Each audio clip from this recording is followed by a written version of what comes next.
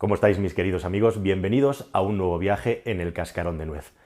Os presento hoy una historia verdaderamente apasionante que ríete tú de la película de Descifrando Enigma y otras muchas películas sobre genios que se parecen entre sí y parece que se han puesto de moda en los últimos años revisando algunos momentos de la historia, como ese momento precioso y trágico al mismo tiempo, ¿no?, de Alan Turing a lo largo de la Segunda Guerra Mundial y lo que pasó después. Pero la historia que os traigo hoy es una historia mucho más mundana y no por ello no menos alucinante, que es la historia del hombre, de las personas, de los hombres, podríamos decir, pero especialmente uno que hackeó la lotería en Estados Unidos, algo así como el equivalente a la lotería primitiva en España, es decir, esa lotería en la que eliges una combinación de números entre 1 y 49. Y este señor, a base de su inteligencia y también de su tesón y su trabajo, consiguió encontrar un sistema, un método con el que poder conseguir beneficios casi seguros cuando en determinados momentos jugaba la lotería relacionados con botes que se iban acumulando.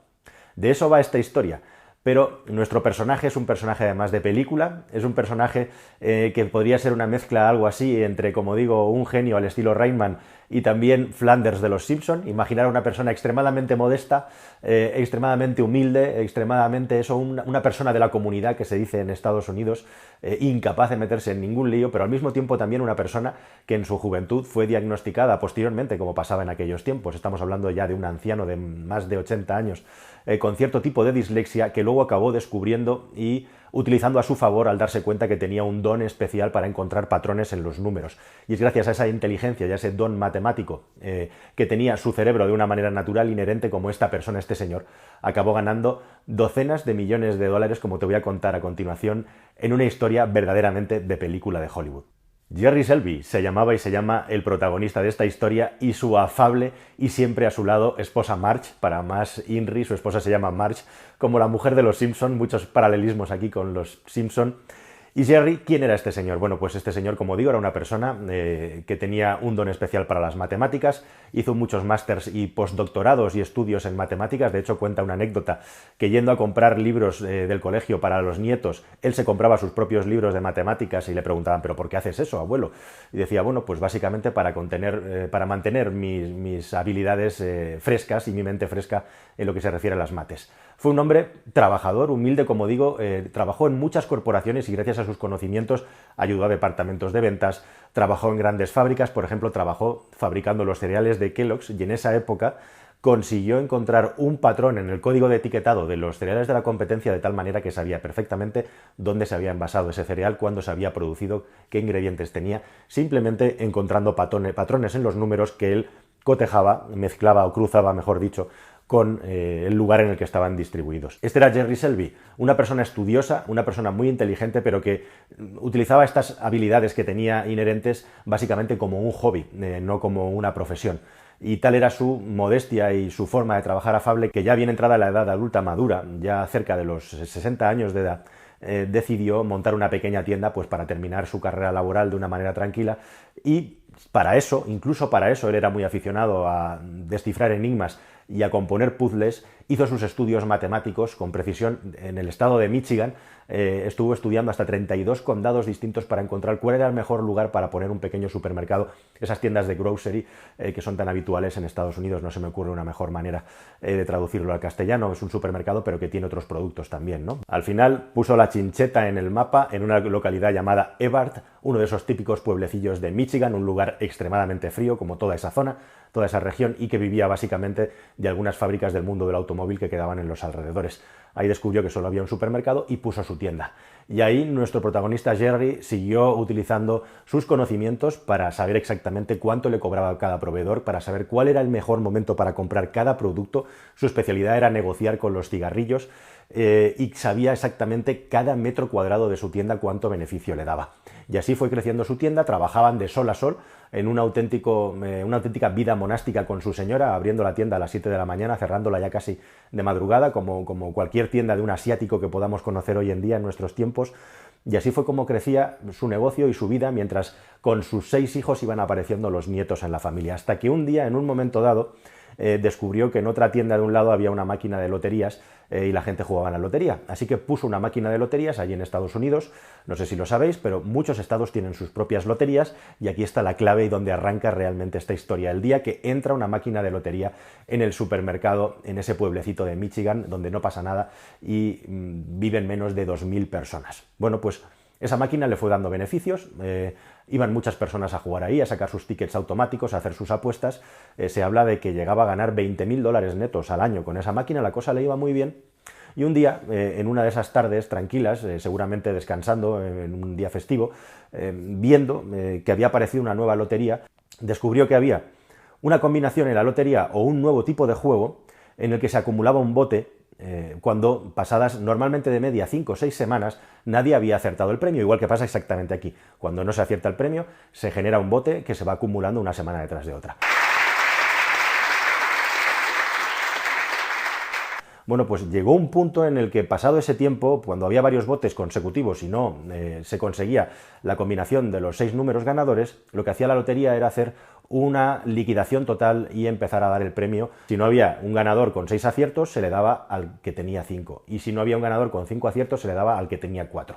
Bueno, en todo este cálculo de probabilidades y de pronósticos, un día tranquilamente mirando la información, nuestro protagonista, Jerry Selby, se dio cuenta de que había una anomalía o algo que no le cuadraba. Cuando haces una apuesta en ese momento y no hay un ganador de la máxima categoría, las probabilidades de ganar se multiplican exponencialmente, hasta tal punto que cada dólar podía llegar a valer hasta $10, o lo que es lo mismo, si hacías una apuesta de $5, tus $5 podían llegar a valer hasta $50 si acertabas 3 números de la lotería, en el momento, como digo, que había bueno, pues ese bote acumulado que nadie había ganado y ese bote se liquidaba a base de entregarlo, tuvieras o no las 6 combinaciones correctas.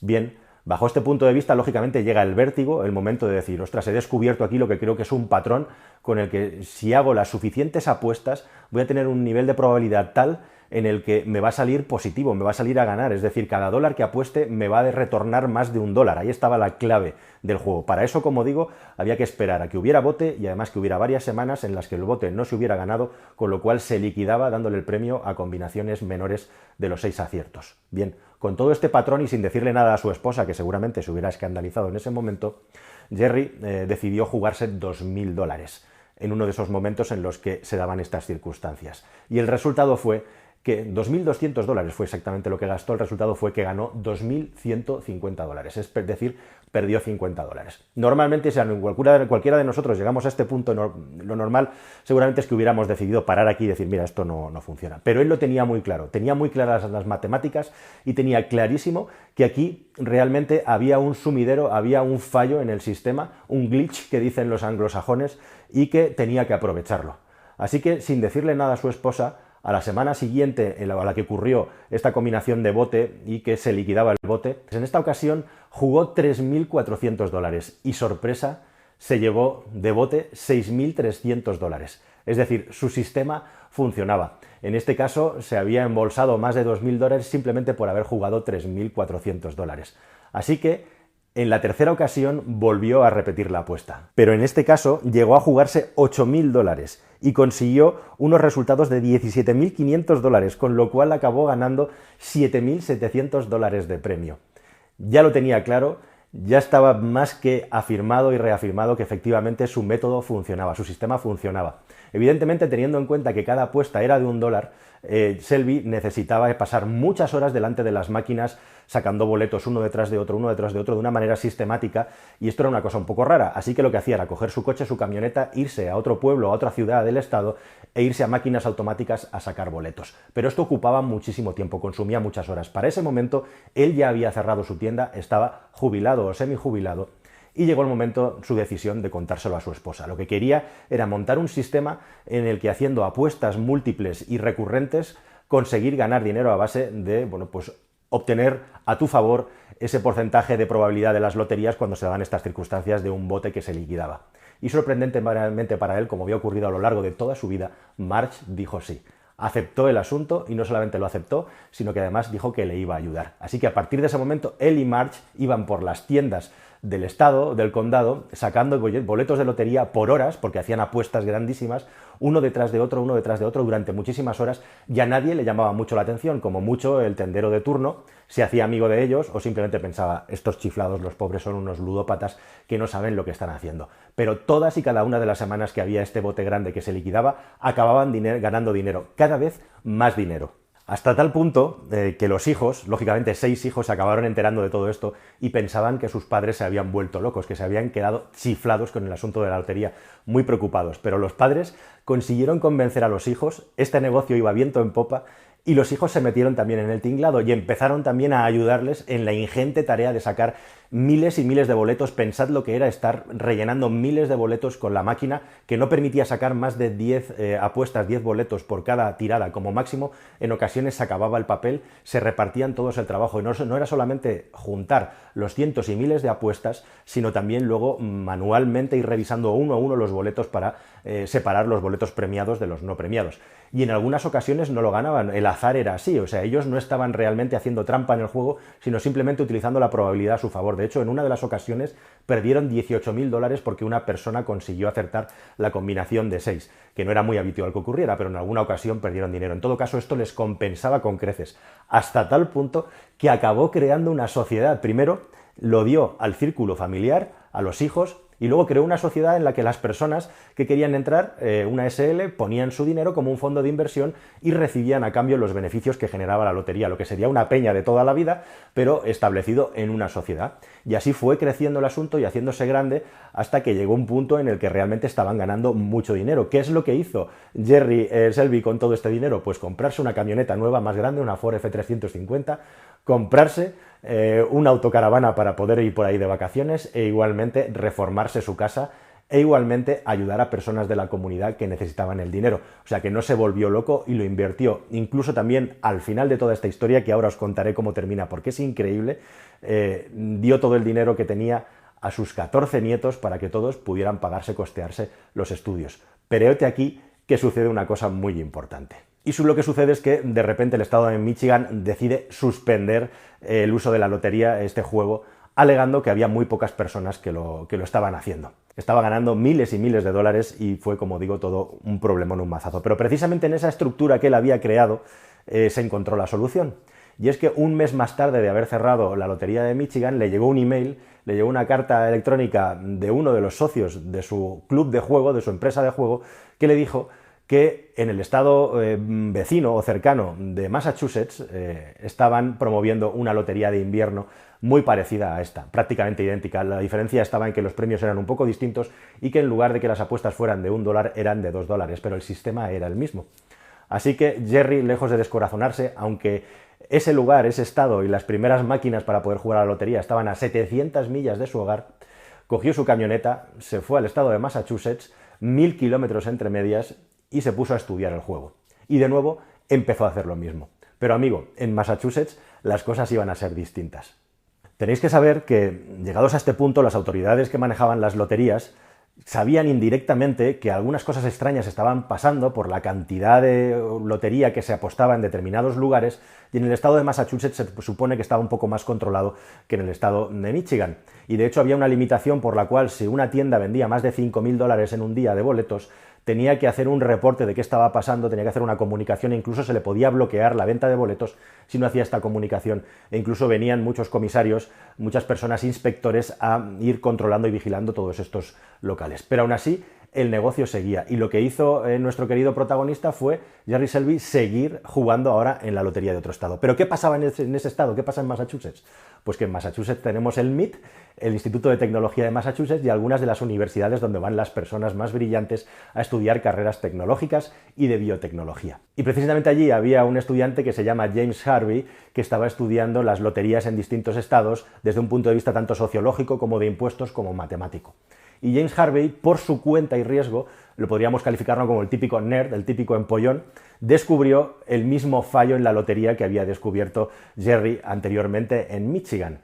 e intentó convencer a sus amigos, imaginaos el típico campus universitario, por ahí corriendo entre las habitaciones, intentando reclutar a gente para juntar dinero y para empezar a hacer apuestas en esta lotería, exactamente con el mismo patrón, es decir, jugar cuando había un bote para intentar conseguir el máximo de dinero haciendo apuestas masivas, puesto que en ese momento los dólares era cuanto más valor tenían. E incluso existía también Jin Sang, un estudiante de biomedicina que estaba en otra universidad y que no tenía nada que ver con ese grupo del MIT, que había descubierto por su cuenta exactamente el mismo patrón. Así que, además, aunque Jerry no lo sabía de sus apuestas, había dos grupos de estudiantes por separado, sin que ninguno de los tres lo supiera, que habían descubierto exactamente el mismo fallo en el estado de Massachusetts. Y fue precisamente James Harvey, el del MIT, el que consiguió reunir a un grupo de personas de una manera más rápida e incluso, en un segundo término, profesores que tenían mucho dinero empezaron a invertir.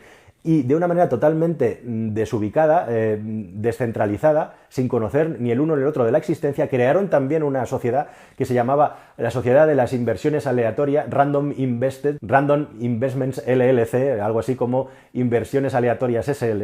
Empezaron a hacer lo mismo, pero empezaron a hacer lo mismo a lo bestia. Es decir, empezaron a hacer apuestas por valor en algunos casos de hasta $600.000, con los cuales los beneficios eran todavía mayores que lo que estaba haciendo nuestro amigo Jerry, que lo que hacía cada fin de semana era cogerse su camioneta, recorrerse los 1000 kilómetros que había de distancia desde su pueblo, pasarse unos días en un motel sacando billetes y contándolos y retirando las ganancias de las pérdidas y volviendo a su pueblo, siempre con los billetes que no habían sido premiados para poder demostrar cuál había sido su modus operandi en caso de que algún día lo necesitara. Y así estuvo durante años con esa misma dinámica, mientras el grupo del MIT lo que hacía era hacer apuestas cada vez más fuertes. En resumen, lo que acabó ocurriendo es que los tres grupos, de manera separada, se fueron haciendo cada vez más grandes. Lo que hacía Jerry, nuestro protagonista, lo que hizo fue al final hacerse amigo de un par de tenderos y hacerlos socios de su club para que le permitieran estar sacando boletos desde las 5 de la mañana hasta las 12 de la noche. Era como una industria en la que muchas personas tenían que participar, igual que les pasaba a los del MIT, para conseguir sacar tantos boletos como dinero apostaban. O sea, habían convertido sus grupos en auténticas fábricas de hacer boletos, apuestas de lotería, que en muchas ocasiones tenían que dispersarlas y disgregarlas para intentar no llamar la atención de las autoridades. Y a todo esto las autoridades les saltaban alertas, por ejemplo, como os digo, había un límite de 5.000 y en algunos casos saltaban alertas de 20, 25.000, 30.000 dólares en el día. Y eran chavales, estudiantes, muchas veces asiáticos del MIT, que iban allí a hacer las apuestas que le tocaba a su grupo. Y lo que ocurrió fue que empezaron a tener tanta competencia entre ellos que empezaron a tener menos ganancia. Y empezaron a sospechar que algo estaba pasando y al final, por una cuestión pura de vasos comunicantes, unos y otros se acabaron enterando de lo que estaban haciendo. Pero Jerry no se quería mezclar con los grupos de estudiantes porque consideraba que ellos pervertían las apuestas y Jerry, que era una persona pulcra y absolutamente cuadriculada y que no quería saltarse la norma, intentaba con sus apuestas aprovechar el azar a su favor, ese fallo que había en las probabilidades, pero nunca hacer que otras personas tuvieran la pérdida de probabilidad de ganar la lotería. O sea, él no quería perjudicar a los pobres que estaban jugando a la lotería, porque al final aquí se montó un debate nacional en los Estados Unidos a posteriori sobre si realmente esto había acabado perjudicando a la clase más baja, que es la que más juega a la lotería, porque otros, los ricos y más inteligentes, estaban haciendo que el juego se desviase, se fuese completamente de lo que es la naturaleza del juego a su favor y se estaban llegando todos los premios. Bueno, al final de esto, ¿qué es lo que ocurre? Pues un día de esos en los que Jerry, que por cierto se estaba saltando dos pequeñas normas, una, sacar boletos fuera de los horarios que estaban permitidos, solo se podían sacar boletos en un horario determinado, y él necesitaba utilizar más horas para sacar el número de boletos que sacaba, y la segunda norma que se saltaba era la de los 5.000 dólares, sin duda. Así que un día, estando su mujer y él sacando boletos en un comercio, siguiendo su rutina que llevaban haciendo desde hacía muchísimos años, esto duró desde 2003 hasta 2012, sonó clan, clan, clan, clan, una llamada a la puerta, se asomaron y había un chavalín de 20 años, y llegaba, asiático, que les pidió hablar con ellos. Y este chavalín era un emisario del grupo del MIT, del Massachusetts Institute of Technology, que les ofreció un acuerdo, algún tipo de acuerdo, para poderse combinar y que cada grupo utilizara una semana de bote de manera separada para que de esa manera pudieran ganar más dinero. O sea, les ofreció llegar a un acuerdo todavía superior en el que alterar todavía más el juego de la lotería para que así las ganancias se pudieran repartir de una manera más equitativa y sobre todo más probable. Por supuesto, ellos se sintieron absolutamente ofendidos y escandalizados con esta propuesta y no les hicieron ni puñetero caso.